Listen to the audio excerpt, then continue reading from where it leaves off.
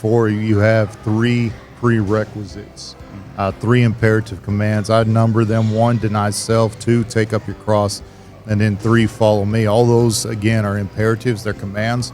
They're not options. They're not things that we can voluntarily follow if we want to. These are commands by Jesus. And in the following 3 verses, what Christ is going to do is he's going to give 3 reasons to follow this command. So he gives 3 commands, and then he's going to give the reasons for it. And the first one, if you notice, verses 25, 26, and 27, and we won't get ahead of ourselves, but all of them start with the word for. So this is the reason, this is the reason, this is the reason. And what's the first reason? The first reason is whoever would save his life will lose it. And there's that thought of life here. What we're talking about is the physical life. Whoever will save his physical life will at one day eventually lose it, and as a result, lose his soul. We're going to build on this as we go.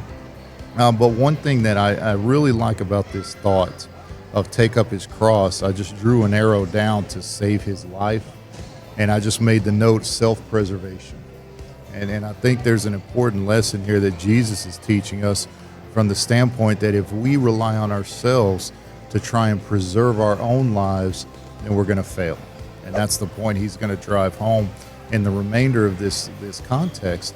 But if we give our lives over to God, just as he said, follow me, then our lives will be preserved, not because we've done anything to preserve it, but because his blood and the grace and the mercy of the Father has preserved our lives as well. And so that's the thought that he's going to drive home here is these 3 imperatives. Here's why you want to obey them.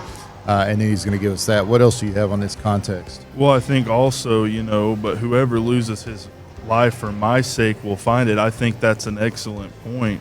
And verse 25 really brings it home. But the fact of the matter is, we must make sure that our minds and our lives are completely centered around Christ. Sometimes I feel like in our everyday lives, we go to work, we come home, it seems like it's a routine and we just lose focus on Christ, but we can never lose that focus.